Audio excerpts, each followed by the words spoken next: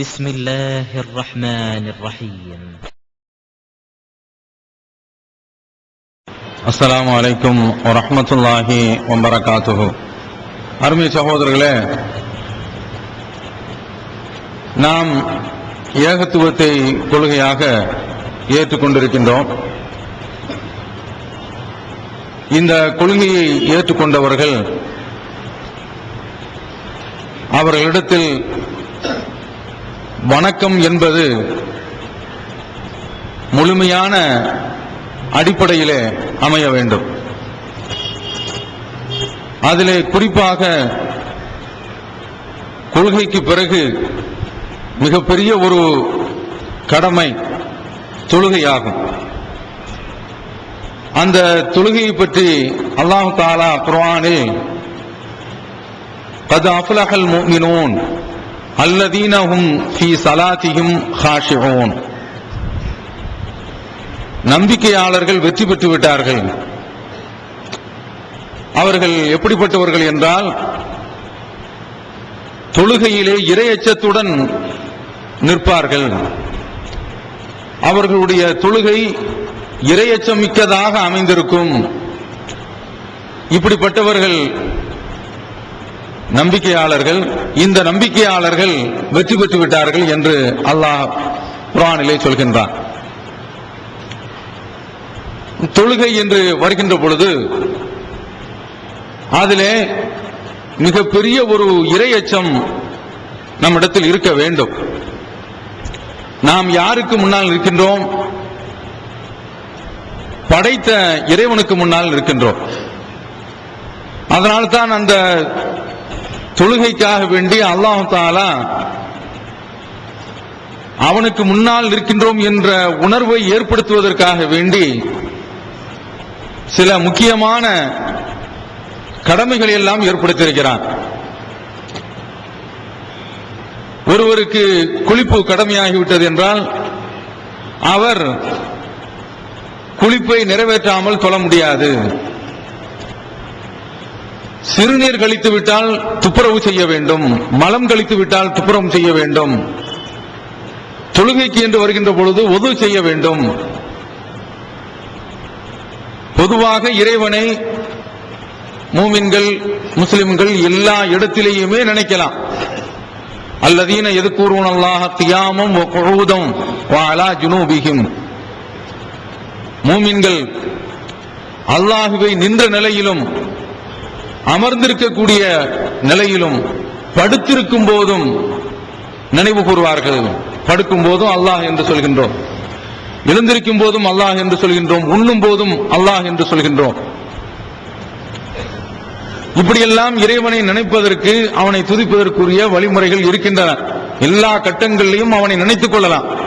ஆனால் தொழுகை என்று வருகின்ற பொழுது அது இறைவனுக்கு முன்னால் நிற்பது.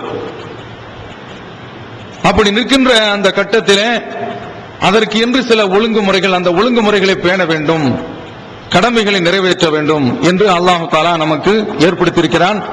இதெல்லாம் அவனுக்கு முன்னால் நிற்கின்றோம் என்ற உணர்வை நம்முடைய உள்ளத்தில் ஏற்படுத்துவதற்கு தான். தக்பீர் கட்டுகின்றோம். இந்த தக்பீருக்கு, முதல் தக்பீருக்கு பெயர் தக்பீர் தஹ்ரீமா. தக்பீர் தஹ்ரீமா என்றால் என்ன?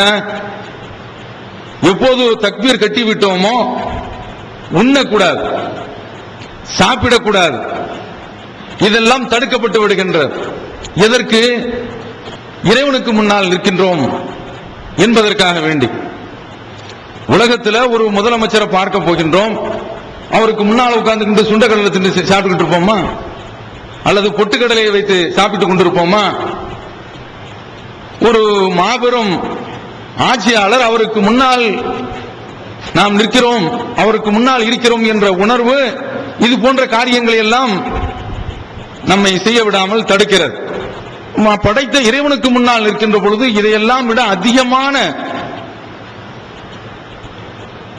பயம் வேண்டும், அடக்கம் வேண்டும், ஒடுக்கம் வேண்டும். அதனால்தான் அல்லாஹ் தஆலா சில ஒழுங்குமுறைகளை நமக்கு ஏற்படுத்தி தந்திருக்கின்றான்.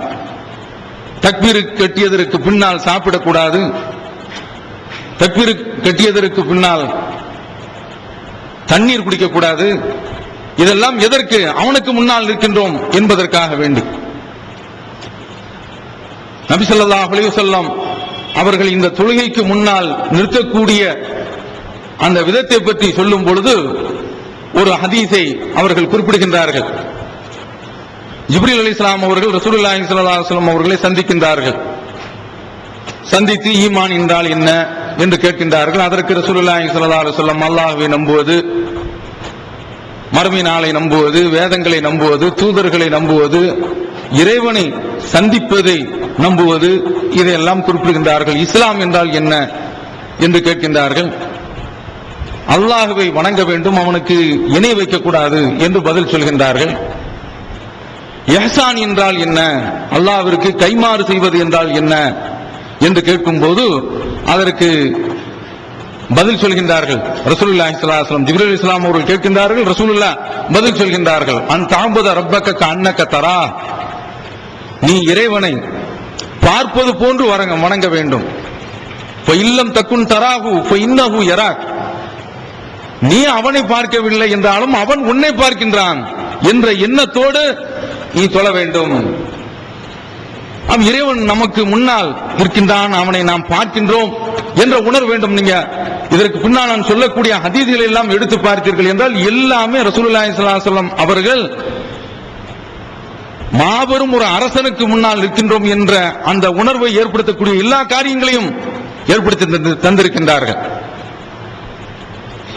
ரசூலுல்லாஹி ஸல்லல்லாஹு அலைஹி வஸல்லம் அவர்கள் சொல்கின்றார்கள், அபூ ஹுரைரா ரலியல்லாஹு தஆலா அவர்கள் அல்லாஹ் சொன்னதாக, அல்லாஹ்வுடைய தூதர் சொன்னதாக முஸ்லிமில் வருகின்றது, கஸம்து ஸலாத பைனி வ பைன அப்தி, தொழுகையை எனக்கும் என்னுடைய அடியானுக்கும் இடையில் நான் பங்கு வைத்து விட்டேன். ஃபைதா கால அல்ஹம்துலில்லாஹி ரப்பில் ஆலமீன், அடியான் அல்ஹம்துலில்லாஹி ரப்பில் ஆலமீன் என்று சொன்னால் உடனே அல்லாஹ் தஆலா ஹமிதனி அப்தி, என்னுடைய அடியான் என்னை புகழ்ந்து விட்டான் பதில் சொல்றான். நாம அல்ஹம்துலில்லாஹி ரப்பில் ஆலமீன் என்று சொல்லும் போதே நம்முடைய உள்ளத்துல என்ன வர வேண்டும் என்றால் இதற்கு அல்லாஹ் பதில் சொல்கின்றான் என்ற உணர்வு வர வேண்டும். அப்படி வரவில்லை என்றால் அது தொழுகை கிடையாது. அந்த மாதிரி நமக்கு வருகின்றதா? நாம நம்மை நாமையே அப்படி இறைவனுக்கு முன்னால் நிலைநிறுத்திக் கொண்டு இருக்கிறோமா? கொஞ்சம் நாம் எல்லோருமே சிந்தித்து பார்க்க வேண்டும். அந்த தொழுகையில நம்ம இடத்துல மிகப்பெரிய அலட்சியம் இருக்கின்றது.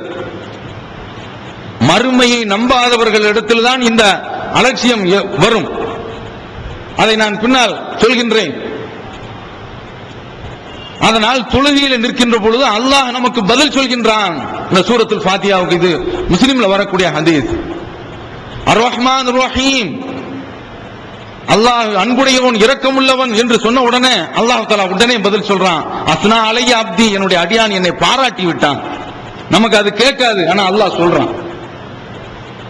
அடுத்தது மாலிகி யௌமித்தீன், நீதான் தீர்ப்பு நாளுடைய அதிபதி என்று சொல்லும் போது அதற்கு அல்லாஹ் உடனே பதில் சொல்கின்றான், மஜ்ஜதனி அப்தி, என்னுடைய அடியான் என்னை கௌரவப்படுத்தி விட்டான், கண்ணியப்படுத்தி விட்டான். இதை நாம உணர்றோமா? அகில உலகத்தையும் படைத்து பரிபாலித்து ரட்சித்து காட்டக்கூடிய அவனுக்கே எல்லா புகழும் என்று சொன்ன உடனே அதற்கு அல்லாஹ் பதில் சொல்றான். அர் ரஹ்மான் ரஹீம் என்று சொன்ன உடனே அதற்கு பதில் சொல்கின்றான். மாலிகி யௌமித்தீன் என்று சொன்ன உடனே அதற்கு பதில் சொல்கின்றான். அப்படி அந்த பதில நாம உணர்கிற மாதிரி நம்முடைய தொழுகை அமைந்திருக்கிறதா? இதை நாம் ஒவ்வொருவருமே கேட்டுக்கொள்ள வேண்டும். அடுத்து அடியான் சொல்கின்ற பொழுது இய்யாக நஅபுது வ இய்யாக நஸ்தஈன், உன்னையே நாங்கள் வணங்குகின்றோம், உன்னிடமே உதவி தேடுகின்றோம் என்று சொன்ன உடனே ஆதா பைனி வ பைன அப்தி, இதுதான் என்னுடைய அடியானுக்கும் எனக்கும் மத்தியில் உறவு, உன்னையே நாங்கள் வணங்குகிறோம் என்று சொல்கின்றான். உன்னிடத்தில் உதவி தேடுகின்றோம், எனக்கும் அடியானுக்கும் உள்ள உறவு. இஹ்தினஸ் ஸிராத்தல் முஸ்தகீம் ஸிராத்தல் லதீன அன்அம்த அலைஹிம் கைரில் மக்தூபி அலைஹிம் வலல்லாலீன், நேரிய பாதையை காட்டு. அந்த பாதை வழிகட்டவர்களுடைய பாதையும் அல்ல, கோபத்துக்குள்ளானவர்களுடைய பாதையும் அல்ல என்று சொன்ன உடனே ஹாதா லி அப்தி, இது என்னுடைய அடியானுக்கு உள்ளது. ஒலி அப்தி மாசால், என்னுடைய அடியான் கேட்டதை நான் கொடுக்கிறேன், அவனுக்கு ஸிராத்துல் முஸ்தகீமை நான் காட்டுறேன், அவனை சோனத்தில் கொண்டு போய் சேர்க்கிறேன் என்று அர்த்தம். இந்த அர்த்தத்தை இது இப்படி சொன்ன உடனே தான் எல்லாரும் ஆமீன் என்று சொல்கிறோம். இதெல்லாம் நம்ம உணர்றோமா? அப்படி தொழுகையில நாம இதையெல்லாம் உணரக்கூடிய வகையில அந்த சூறாவுக்குரிய அர்த்தத்தை தெரிந்திருக்க வேண்டும். உணர்வு பூர்வமாக அல்லாஹ்விடத்தில் நிற்கிறோம் என்ற ஒரு பயம் நம்மிடத்தில் ஏற்பட வேண்டும். அந்த பயம் ஏற்படுகின்றதா? தமிழ்நாடு தௌஹீத் ஜமாஅத்தின் ஆதரவற்றோர் இல்லம் இறைவனுக்கு செய்ய வேண்டிய கடமைகளுக்கு அடுத்தபடியாக பெற்றோரை பேணுவது பற்றி இஸ்லாம் அதிகமாக வலியுறுத்துகிறது. பெற்றோரை பேணாதவர்கள் மறுமையில் வெற்றி பெற முடியாது என்று இஸ்லாம் அறிவுறுத்துகிறது. ஆயினும் இஸ்லாத்தின் இந்த கட்டளையை சில முஸ்லிம்கள் அலட்சியம் செய்து பெற்றோரை வீட்டை விட்டு விரட்டுகின்றனர். பெற்றோரை பிச்சைக்காரர்களாக மாற்றுகின்றனர். இந்த அவல நிலைக்கு பரிகாரம் காணும் வகையில் முதியோர் ஆதரவு இல்லத்தை தமிழ்நாடு தௌஹீத் ஜமாஅத் நடத்துகிறது. தாயன்புடன் உணவு, உடை, மருத்துவம் உள்ளிட்ட 24 மணி நேரமும் செவிலியருடன் கூடிய பராமரிப்பு மற்றும் தனி ஆம்புலன்ஸ் வசதி இவை அனைத்தும் முற்றிலும் இலவசமாக செய்து தரப்படுகிறது. அனாதைகளை அரவணைப்பவரும் நானும் சொர்க்கத்தில் இணைந்திருப்போம் என்ற நபிகள் நாயகம் ஸல்லல்லாஹு அலைஹி வஸல்லம் அவர்களின் அமுத மொழியை ஏற்று அனாதைகளை அரவணைக்கும் இல்லமும் தமிழ்நாடு தௌஹீத் ஜமாஅத் நடத்தி வருகிறது. இப்பணியை தொடர்ந்து செய்திட உங்கள் நன்கொடைகளையும் ஜகாத்தையும் தாராளமாக வாரி வழங்குமாறு கேட்டுக்கொள்கிறோம். உங்களது நன்கொடைகளை டிடியாகவோ செக்காகவோ மணி ஆர்டராகவோ அனுப்பலாம். டிடி அனுப்புபவர்கள் தமிழ்நாடு தௌஹீத் ஜமாஅத் வங்கி கணக்கு எண் 7882748227 இந்தியன் வங்கி மண்ணடி கிளை என்ற பெயரில் எடுத்து அனுப்ப வேண்டிய முகவரி தமிழ்நாடு தௌஹீத் ஜமாஅத் மாநில தலைமையகம் 30 அரண்மனைக்காரன் தெரு மண்ணடி சென்னை 1. போன் 044215215226. இல்லை. அப்படியானால் அந்த தொழுகை யாருடைய தொழுகை? அல்லாஹ் தஆலா குர்ஆனில் சொல்கின்றான், வமா மனஅஹும் அன் துக்பல மின்ஹும் நஃபகாத்துஹும் இல்லா அன்னஹும் கஃபரு பில்லாஹி வ பிர்ரசூலிஹி. அவர்களிடத்திலிருந்து தர்மங்கள் ஏற்றுக்கொள்ளப்படாததற்கு காரணம் அவர்கள் அல்லாஹ்வையும் அவனுடைய தூதரையும் மறுத்து விட்டார்கள்.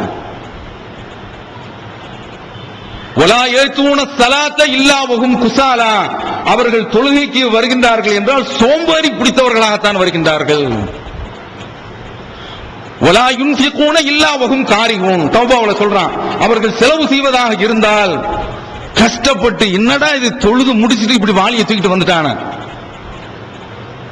ஒவ்வொரு பிரச்சனையா சொல்லி கேட்கிறான, ரமலானுக்கு என்று கேட்கின்றான, போருக்கு என்று கேட்கின்றான, ஒவ்வொன்றுக்கும் இப்படி பள்ளிவாசலுக்கு என்று கேட்கின்றானே, வழக்குக்கு என்று கேட்கின்றானே. உதாரணத்துக்கு சொல்றேன், இப்படி எல்லாம் கசங்கி புழுங்கி போய் வெறுத்து அவர்கள் செலவு செய்வார்கள். 2 தன்மையை சொல்றான் முனாஃபிக்குகளுடைய அடையாளம். ஒன்று தொழுகையில சோம்பேறித்தனமாக நிற்பார்கள், இன்னொன்று செலவு செய்யும் போது அப்படியே மனது அவருடைய உள்ளம் அப்படியே பாரமா இருக்கும். எதற்கு இப்படி தர்மம் செய்யணும் என்று அவர்கள் மன கஷ்டப்படுகின்றார்கள். இந்த 2 தன்மையும் மூமின் இடத்துல இருக்கக்கூடாது. இருந்தால் அது நயவஞ்சக தன்மையினுடைய அடையாளம். இது ஒரு இடத்துல சொல்றான். அடுத்து இன்னொரு இடத்துல அல்லாஹ் தஆலா சொல்றான், இன்னல் முனாஃபிகூன யுகாதிஊனல்லாஹ், முனாஃபிகீன்கள் நயவஞ்சகர்கள் இறைவனை ஏமாற்றுகின்றார்கள். வஹுவ காதிஹும், அல்லாஹ்வும் அவர்களை ஏமாற்றுகின்றான். இவன் நினைச்சுக்கிறான் அல்லாஹ்வை ஏமாத்துறான், அவன் இவர்களை ஏமாற்றுகின்றன. அல்லாஹ் தஆலா பதில் சொல்கின்றான், இதா காமு இல ஸலாத்தி காமு குஸாலா, அவர்கள் தொழுகையில் நின்றார்கள் என்றால் சோம்பேறித்தனமாக நிற்கின்றார்கள். யுராவூனன் நாஸ, மக்களுக்கு காட்டுகின்றார்கள். வலா யذ்குருனல்லாஹ இல்லா கலீலா, அல்லாஹ்வை கொஞ்சம் தான் நினைவு கூர்கின்றார்கள். இப்போது நம்முடைய தொழுகை இந்த அடிப்படையில் இருக்குதா? நயவஞ்சகர்களுடைய தொழுகை இப்படி இருக்கின்றதா? நல்ல மூமின்களுடைய தொழுகை அடிப்படையில் இருக்குதா?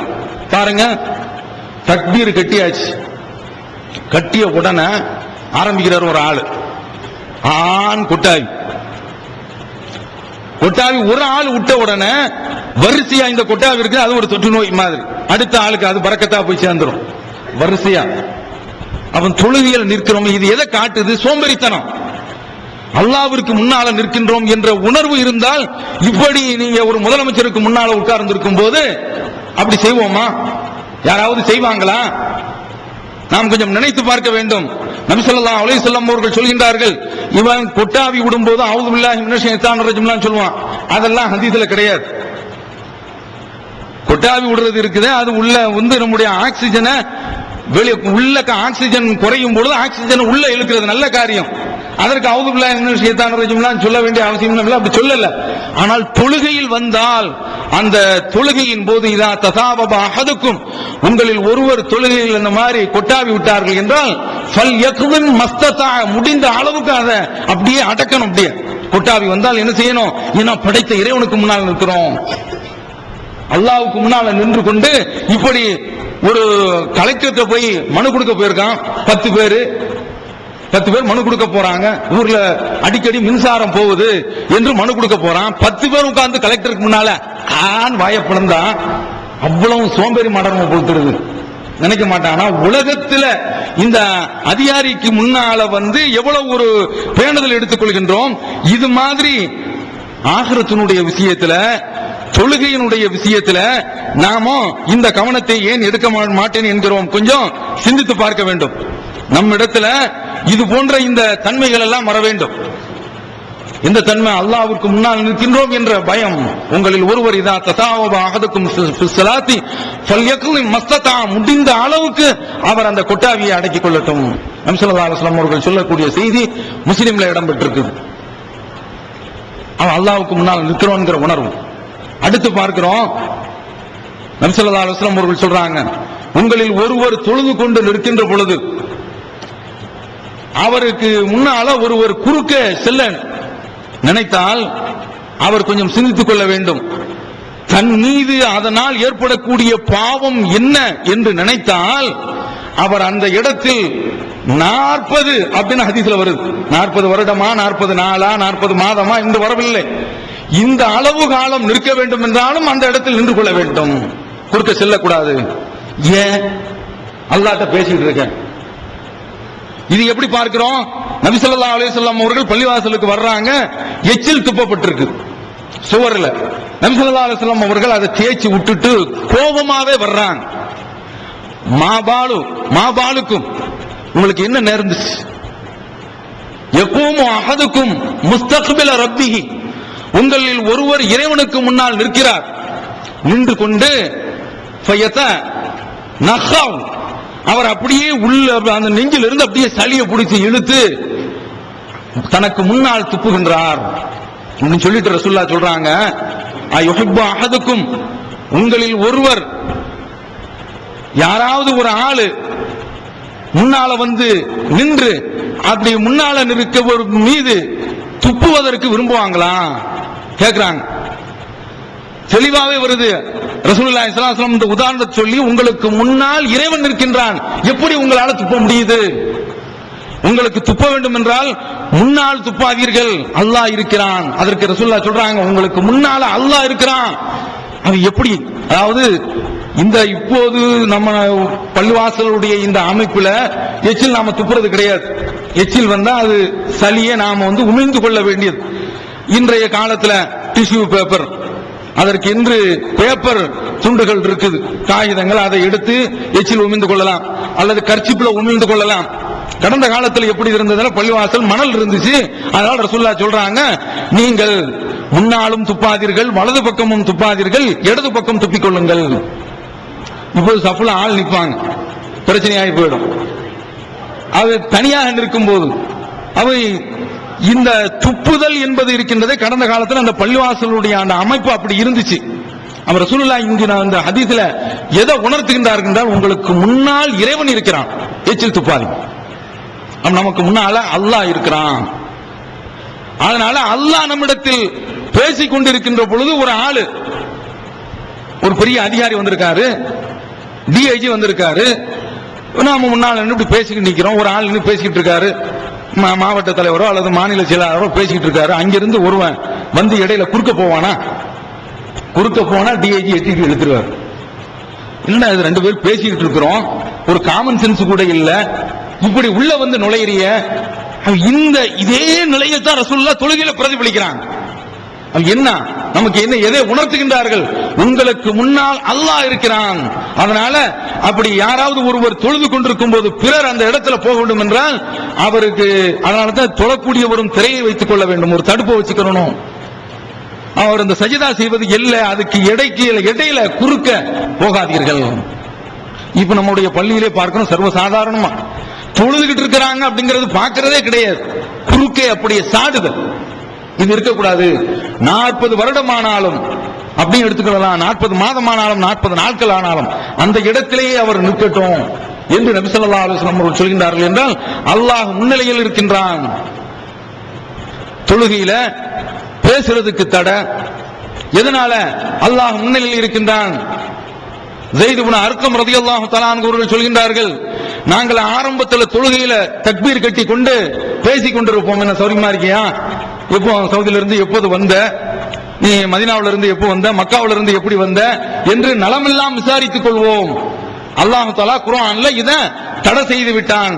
ஹாஃபிது அலா ஸலவாத், தொழுகையை பேணிக் கொள்ளுங்கள், வஸ்ஸலாத்தல் உஸ்தா, நீங்கள் நடுத்தொழுகையையும் பேணிக் கொள்ளுங்கள். ஹாஃபிது அலா ஸலவாத்தி, நீங்கள் தொழுகையிலே பேணிக் கொள்ளுங்கள், நடுத்தொழுகையும் பேணிக் கொள்ளுங்கள். கூமூ லில்லாஹி கானித்தீன், அல்லாஹ்விடத்தில் ரொம்பவும் பயந்தவர்களாக, அவனுக்கு கட்டுப்பட்டவர்களாக நீங்கள் நில்லுங்கள். அல்லாஹ் தஆலா குர்ஆன்ல சொல்றான். இந்த வசனம் அருளப்பட்ட பிறகு நாங்கள் பேச மாட்டோம், தொழுகையில் நாங்கள் பயந்தவர்களாக நிற்போம் என்று நபி தோழர்கள் சொல்லக்கூடிய செய்தி, ஸைத் இப்னு அர்கம் ரலியல்லாஹு தஆலா அன்ஹு அவர்கள் அறிவிக்கக்கூடிய இந்த செய்தி புகாரியில இடம்பெற்றிருப்பதை நாம் பார்க்கின்றோம். அதனால தொழுகையில நிற்கக்கூடிய அந்த கட்டத்தில் நாம அல்லாஹ்விடத்தில் பேசுகின்றோம் என்ற உணர்வு நம்மிடத்தில் இருக்க வேண்டும். அல்லாஹ் திருக்குர்ஆனில் இந்த வசனத்தை அருளிய பிறகு, ஹாஃபிது அலா ஸலவாத்தி வஸ்ஸலாத்தல் உஸ்தா வகூமு லில்லாஹி கானித்தீன் என்ற இந்த வசனம் இறங்கிய பிறகு நாங்க தொழுகையில பேசுறது கிடையாது. ஆமா, அல்லாஹ்வுக்கு முன்னால் நிற்கிறோம் என்ற இந்த உணர்வு அவர்களுக்கு ஏற்பட்டுச்சு. அது மாதிரி தொழுகையில் இருக்கின்ற பொழுது நாம் படைத்த இறைவனுக்கு முன்னால் நிற்கின்றோம் என்ற அச்சம் நம்மிடத்தில் வேண்டும். அந்த அச்சம் நம்மிடத்தில் இறங்கி கொண்டு இருக்கிறது. உணர்வு முஸ்லிம் சமுதாயத்தின் நம்பர் 1 தமிழ் வார இதழ். உறங்கி கிடந்த முஸ்லிம்களின் உணர்வுகளை தட்டி எழுப்புவதற்கு 13 ஆண்டு கால வரலாற்று சாதனை படைத்த ஒரே இதழ் உணர்வு. செய்திகளின் நடுநிலைமை, விமர்சனங்களின் நேர்மை, சமுதாய செய்திகளுக்கு முன்னுரிமை, இஸ்லாத்தின் எதிரிகளை அடையாளம் காட்டுதல், அரசியல், ஆன்மீகம் பற்றிய கேள்விகளுக்கு ஆணித்தரமான பதில்கள், ஆய்வு கட்டுரைகள், பல சுவையான அம்சங்களுடன் வெளிவரும் உணர்வின் வாசக சமுத்திரத்தில் நீங்களும் சங்கமமாகுங்கள். ஆண்டு சந்தா உள்நாடு ரூபாய் 400, வெளிநாடு ரூபாய் 2300, தனி இதழ் ரூபாய் 8. உங்கள் டிராஃப்ட்களை Muslim media trust number 7 Vadamaraikka street, 2nd floor, Mannadi, Chennai 1 என்ற முகவரிக்கு அனுப்பி வையுங்கள்.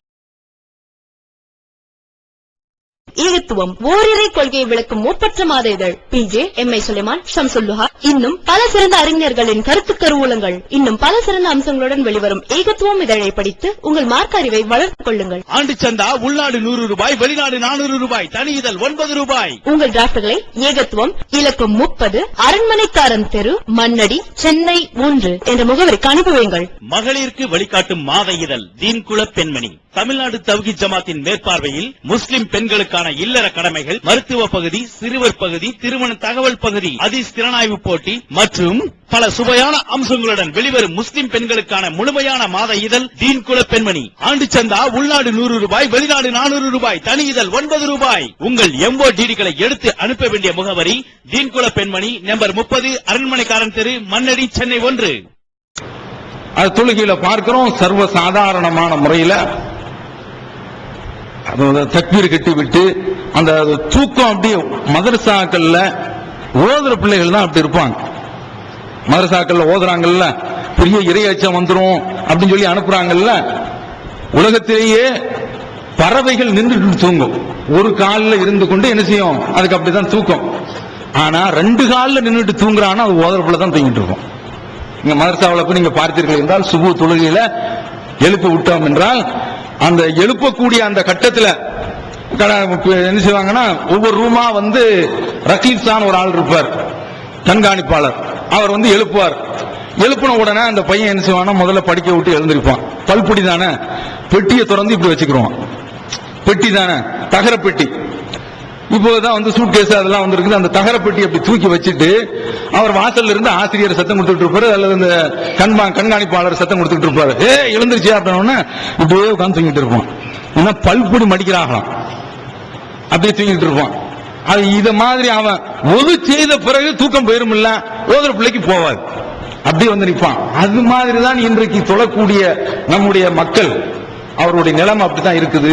சோம்பேறித்தனத்தோடு இறைவனுக்கு முன்னால் நிற்கிறோம் என்ற அந்த தன்மை இல்ல. அடுத்து பார்க்கிறோம், நபி ஸல்லல்லாஹு அலைஹி வஸல்லம் அவர் இடத்துல அவர் தொழுகையில திரும்பி பார்க்கிறது கிடையாது.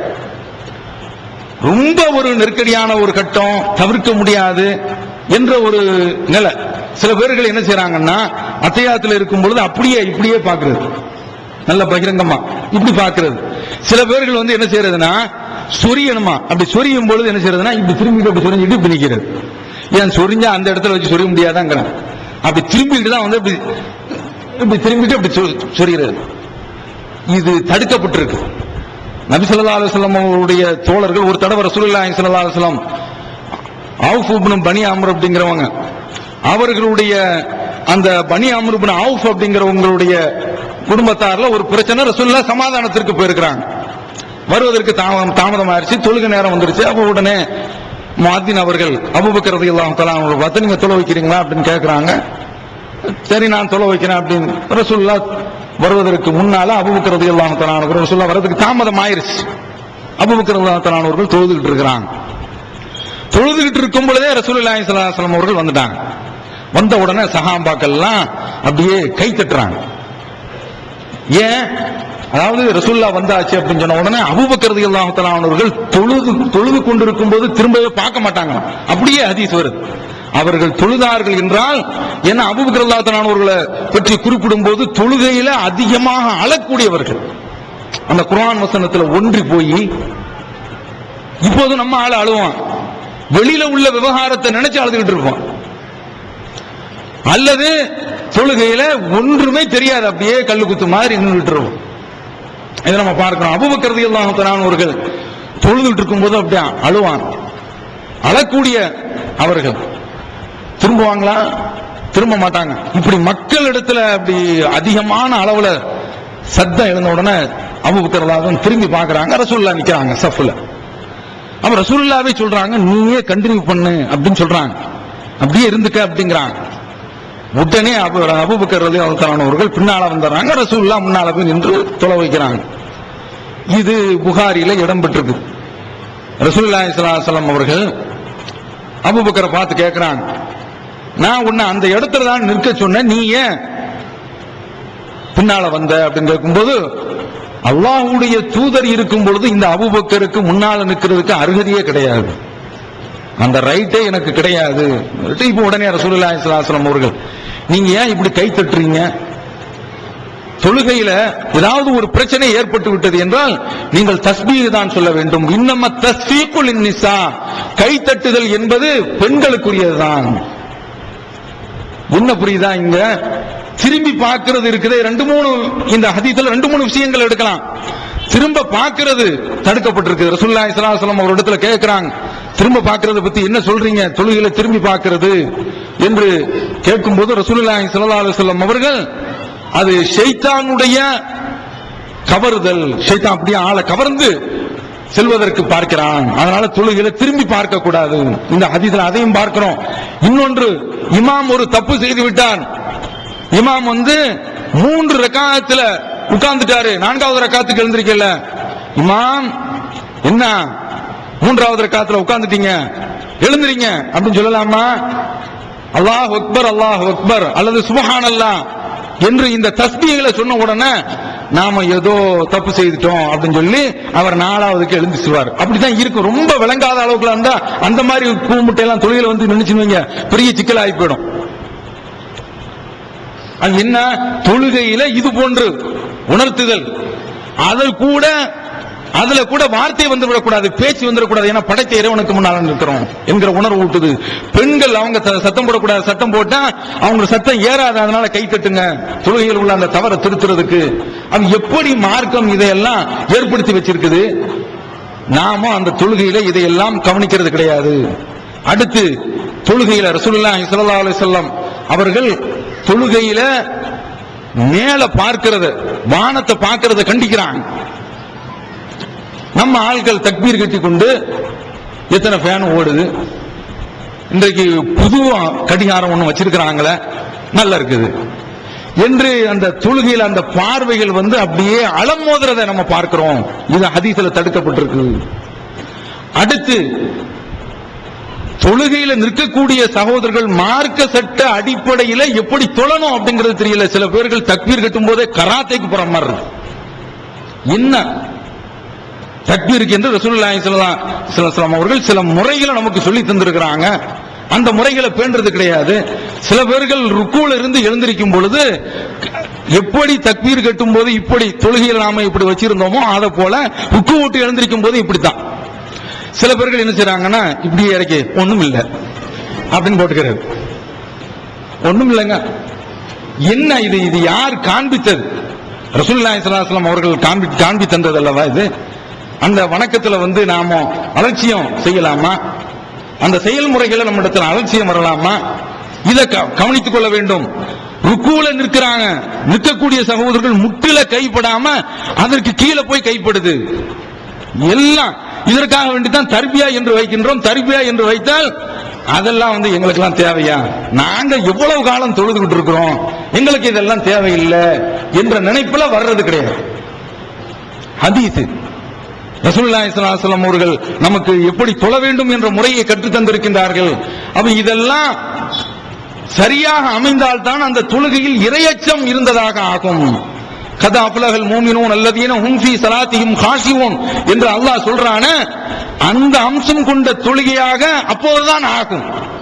பாருங்க, இன்றும் பல சகோதரர்கள் சூரத்துல் ஃபாத்திஹா இமாம் முடிக்கிறார், முடிச்ச உடனே இன்னும் சில சகோதரர்கள் இந்த நம்முடைய பள்ளிவாசல்ல உடனே அல்ஹம்து ஓதிக்கிட்டு இருக்கிறாங்க. அல்ஹம்துலில்லாஹி ரப்பில் ஆலமீன். இது எங்க உள்ளது? ஷாஃபி இமாம்ட்ட உள்ளது.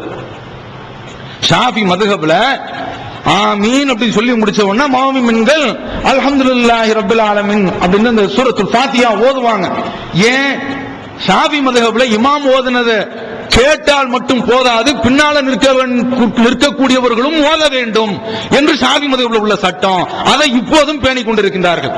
நாம வேண்டாம் என்று சொல்கின்றோம் என்றால் நம்முடைய இஷ்டத்திற்கு அல்ல. ஃபைதா குரியல் குர்ஆன் ஃபஸ்தமிஉ லஹு, குர்ஆன் ஓதப்பட்டால் அதை செவியுறுங்கள், வான்சித்து வாய் புத்தியிருங்கள், அல்லக்கும் துர்ஹமூன், நீங்கள் அருள் செய்யப்பட வேண்டும் என்று அல்லாஹ் தஆலா அருள் செய்யப்படுவதற்காக வேண்டி குர்ஆன் ஓதப்பட்டால் கேட்டுட்டு தான் இருக்குங்க. இப்ப இமாம் என்ன செய்யறாரு?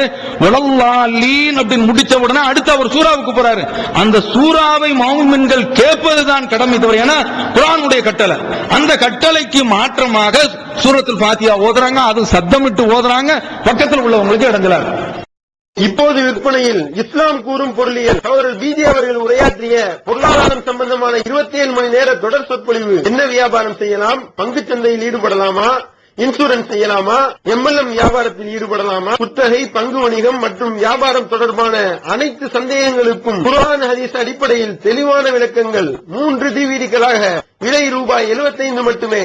கிடைக்கும் இடம் TNDJ வீடியோ விஷன், நம்பர் 30, அரண்மனைக்காரன் தெரு, மண்ணடி, சென்னை 1. இறைவனுக்கு உருவம் உண்டா? தமிழ்நாடு தௌஹீத் ஜமாத் மற்றும் சுன்னத் வல் ஜமாத்துக்கு இடையே நடந்த மாபெரும் விவாதம் 2 டிவிடிகளாக விலை ரூபாய் 60 மட்டுமே. பித்தத்வாதிகள் யார்? 2 டிவிடிகளாக விலை ரூபாய் 60 மட்டுமே. கூரியர் செலவு தனி. கிடைக்கும் இடம் TNTJ வீடியோ விஷன், நம்பர் 30, அரண்மனைக்காரன் தெரு, மண்ணடி, சென்னை 1. ஓதக்கூடியவர்களும் தொழுகையில அடுத்தவர்களுக்கு நாம மனசுக்குள்ளனா ஒரே அடியா மனசுல நாவுல வார்த்தைகள் வராத அளவிற்கு அப்படியும் ஓதக்கூடாது. சில பேர்கள் அப்படியே நிற்பாங்க, ஏன்னா மனசுல அப்படியே ஓடிக்கிட்டு இருக்கும். அந்த அல்ஹம்து அங்க ஓடுதான், அது கிடையாது. அல்ஹம்துன் வாயில வரணும், ஆனா சத்தம் போட்டு வந்தா இமாமுக்கு போட்டி ஆயிடும். நான் இது அதாவது பக்கத்தில் நிற்கக்கூடியவங்களுக்கு, நான் இது ஜமாத்தில் உள்ளதை சொல்லல, பக்கத்தில் நிற்கக்கூடியவங்களுக்கு அது இடைஞ்சலாக ஆயிடும். இமாமத்துல ஜமாத்துல நிற்கும் பொழுதும் ஜமாத்து தொழுகையில் நிற்கும் போதும் அப்படி ஓதுகின்ற அந்த கட்டத்தில் அங்கு என்ன பிரச்சனை வருகின்றது என்றால் இமாமுக்கு மாறு செய்யக்கூடிய அவர் ஓதுனா கேட்கணும். அதுதான். அப்ப இதையெல்லாம் நாம தெரியாம இருக்கிறதுக்கு, புரியாம இருக்கிறதுக்கு காரணம் அந்த தொழுகையில் உள்ள அதற்காக வேண்டி ஏற்பாடு செய்யக்கூடிய அந்த தர்பியாவில் கலந்துக்கிறது அதெல்லாம் கிடையாது. தொழுகை அப்படின்னா சில சகோதரர்கள் அப்படியே விரைப்பா, அதுவும் ஹதீஸ்ல கிடையாது. சும்மா சாதாரணமான முறையில், அதாவது தொழுகை அப்படிங்கும் போது இறைவனுக்கு முன்னால் நிற்கிறோம் அப்படிங்கறதான், அந்த கைகள் அப்படியே விரப்பாக்குற மாதிரி அதுவும் கிடையாது. அந்த தொழுகையில் நிற்கின்ற பொழுது இரையச்சம் இருக்க வேண்டும். ஆனால் ரொம்ப அதிகப்படியான ஒரு கவனம் செலுத்தி அப்படியே கைகள் எல்லாம் விரப்பாகி வச்சிருக்கிற மாதிரி அதுவும் ஹதீஸ்ல கிடையாது.